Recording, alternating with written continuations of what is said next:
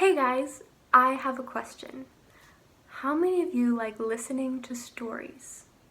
I know I, for one, love stories.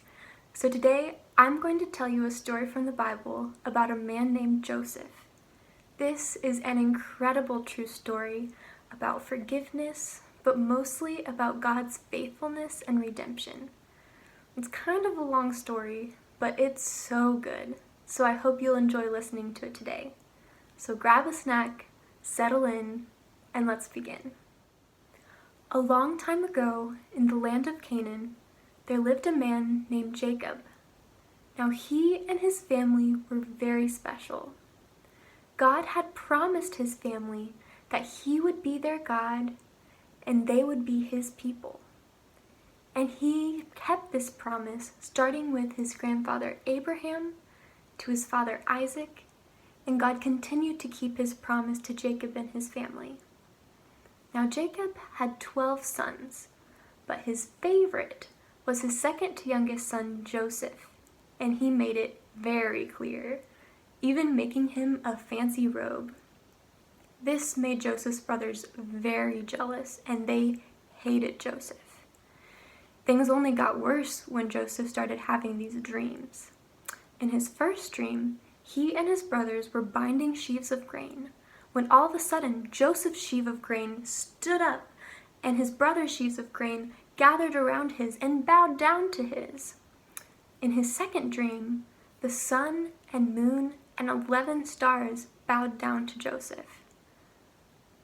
There was no mystery what these dreams meant, and when Joseph excitedly told his brothers his dreams, they hated him even more, saying, "Do you intend to reign over us? Will you actually rule us?" Now one day, Joseph's brothers had taken his father's sheep and gone to graze them in distant fields. So Jacob told his son Joseph, "Go and check on your brothers and bring back a report to me on how they're doing." So Joseph went in search of his brothers. While he was still a ways off, his brothers saw him and began plotting to kill him. "Here comes the dreamer," they said. "Let's kill him and throw him in a pit and say that he was eaten by wild animals." But one of his brothers, Reuben, said, "No, let's not kill him. Let's just throw him into this pit, but let's not shed his blood." He said this, intending to come and rescue him later. His brothers agreed, and so when Joseph arrived, they tore off his beautiful robe and threw him into the pit. Soon after, a caravan of traders came by, headed towards Egypt. One of his brothers, Judah, said, "Hey, what will we gain by killing him? Let's sell him to these traders and not shed his blood. After all, he is our brother." They all agreed this was a good idea, so when the merchants came, they dragged Joseph out of the pit and sold him to the traders, and he was taken off to Egypt. To cover up their act, his brothers killed a goat and took Joseph's robe and dipped it in the goat's blood and brought it to their father, saying, "Father, we found this. Examine it and see if it belongs to your son." Immediately, Jacob saw that the robe was Joseph's, and he began to mourn for his son and would not be consoled. Meanwhile, in Egypt, the traders sold Joseph to a man named Potiphar, who was one of Pharaoh's officials, the captain of the guards. Now this seems pretty horrible, to go from being the favorite son to a slave in a foreign land. But the Bible says that God was with Joseph, and he was successful in all his work in Potiphar's household. Potiphar noticed this, and he entrusted his entire household and everything he owned to Joseph's care. And the Lord blessed Potiphar's household because of Joseph. Now, Joseph was a pretty good-looking guy, and one day, Potiphar's wife took notice and said to him, "Come and sleep with me." But Joseph refused, saying, "My master, your husband, has entrusted everything he owns to me, except you, because you are his wife. How could I do such a wicked thing and sin against God?" But day after day she repeated her request, and day after day Joseph refused. Then, one day, when Joseph entered Potiphar's house to attend to his duties, he noticed that all the other servants were gone. It was just him and Potiphar's wife. Potiphar's wife grabbed his cloak and again repeated her request, but this time Joseph ran. Potiphar's wife was furious, and she called in the rest of the servants and said, "Look, this Hebrew has been brought in to make sport out of us. He came in here to sleep with me, so I screamed, and he ran, leaving his cloak behind." When Potiphar came home and heard his wife's story, he was extremely upset, and he took Joseph and threw him in prison, where all the king's prisoners were kept. But again, when Joseph's situation seemed to go from bad to worse, God never left Joseph. Even in prison, the Lord was with Joseph and showed him kindness and granted him favor in the eyes of the prison warden. And the warden put Joseph in charge of everyone in the prison and everything that went on there. It even says that the warden paid no attention to anything under Joseph's care because the Lord was with Joseph and gave him success in everything he did. Sometime later, both the Pharaoh's chief cupbearer and chief baker offended Pharaoh, and he threw them in prison, the same one where Joseph was confined, and they were put under Joseph's care. After they had been there for some time, one night, both of them had a dream, each with its own meaning. The next morning, when Joseph saw them, he could tell that something was bothering them, so he asked, "Why do you look so sad today?" They replied, "We each had a dream last night, but there's no one to interpret them." To this, Joseph replied, "Doesn't interpretation belong to God? Tell me your dreams." So the chief cupbearer told Joseph his dream, saying, "I dreamt that in front of me there was a vine, and on the vine were 3 branches. And as soon as it budded, it blossomed, and the clusters ripened with grapes. Pharaoh's cup was in my hand, and I took the grapes and squeezed it into his cup and placed it in his hand." Joseph said, "Here is what your dream means. The 3 branches represent 3 days. Within 3 days, Pharaoh will lift up your head and restore you to the position you once held." But Joseph also said to him, "When all goes well with you, please remember me by mentioning me to Pharaoh and getting me out of prison. I was carried off from my homeland, and I have done nothing to deserve being put in prison." Then the chief baker, seeing that the cupbearer's dream had been interpreted so favorably, also shared his dream with Joseph, and he said, "In my dream, on my head were 3 baskets of bread, and in the top basket it was full of baked goods for Pharaoh, but the birds kept eating the bread out of my basket." To his dream, Joseph replied, "The 3 baskets represent 3 days. Within 3 days, Pharaoh will lift up your head and impale your body on a pole, and the birds will eat your flesh." Ooh, not the interpretation he was hoping for. 3 days later, it was Pharaoh's birthday, and he gave a feast for all of his officials. During the feast, he lifted up the head of his chief cupbearer and his chief baker.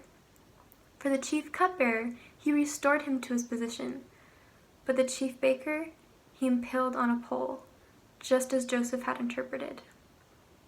However, the chief cupbearer did not remember Joseph, and he remained forgotten in prison. 2 whole years later, Pharaoh himself had a dream. Actually, 2 dreams. And when he woke up the next morning, his mind was greatly troubled, and he called for all the magicians and wise men in Egypt, and he told them his dreams. But none of them could interpret them for him. At this time, the cupbearer finally remembered Joseph, and he said to Pharaoh, "Today I am reminded of my shortcomings. Some time ago, you were angry with the chief baker and I and threw us into prison. And while we were there, we had a dream on the same night.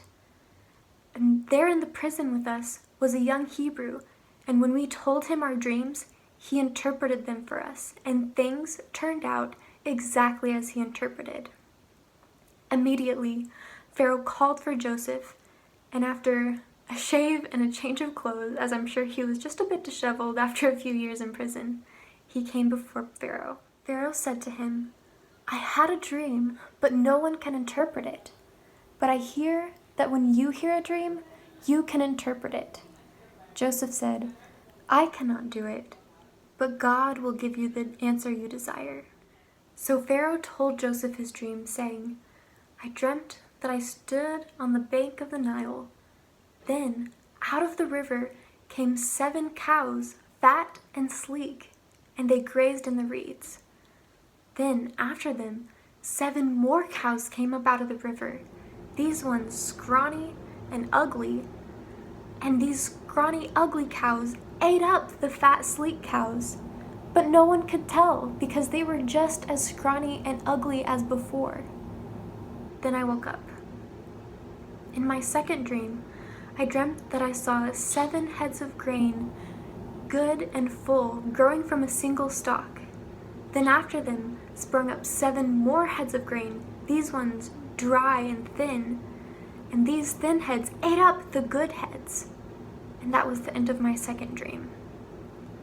I told these dreams to all the magicians, but no one could explain them to me.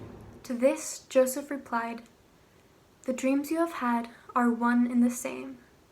God has revealed to Pharaoh what he is about to do. The 7 good cows and the 7 good heads of grain represent 7 years, and the 7 ugly cows and the 7 worthless heads of grain also represent 7 years. These will be 7 years of famine. Again, as I said, God has revealed to Pharaoh what he is about to do. There will be 7 years of abundance in all the land of Egypt, but these years of abundance will be followed by 7 years of severe famine, where the years of abundance will be completely forgotten." The reason God gave this dream to Pharaoh in 2 forms is because the matter has been firmly decided by God, and God will do it soon. Then Joseph advised Pharaoh, saying, "Look for a wise and discerning man, and put him in charge of all of Egypt. Let Pharaoh appoint commissioners over the land to take 1/5 of the harvest during the years of abundance to keep in reserve, so when the years of famine come, Egypt will not be ruined." This seemed like a good plan to Pharaoh and his officials, and Pharaoh said to them, "Can we find anyone like this man, in whom is the Spirit of God?" So Pharaoh put Joseph in charge of all of Egypt, second only to himself. And Joseph carried out his plan, and during the 7 years of plenty, he went around Egypt collecting the food produced and storing them in the cities. He stored up huge amounts of grain, so much that he stopped keeping records because it was beyond measure. But just as was interpreted, the 7 years of abundance came to an end, and the 7 years of famine began. For a while, though the rest of the surrounding lands experienced the famine, Egypt had plenty of food. But after a while, even they began feeling the famine. At this time, Joseph began opening his storehouses and selling grain to the people of Egypt. And soon, the whole world was coming to Egypt to buy grain from Joseph, because the famine was severe everywhere. The land of Canaan, where Joseph's family lived, also experienced severe famine. So when Jacob, Joseph's father, heard that there was food in Egypt, he said to his sons, "Why do you keep looking at each other? I've heard that there's food in Egypt. Go down there and buy us food so that we may live and not die."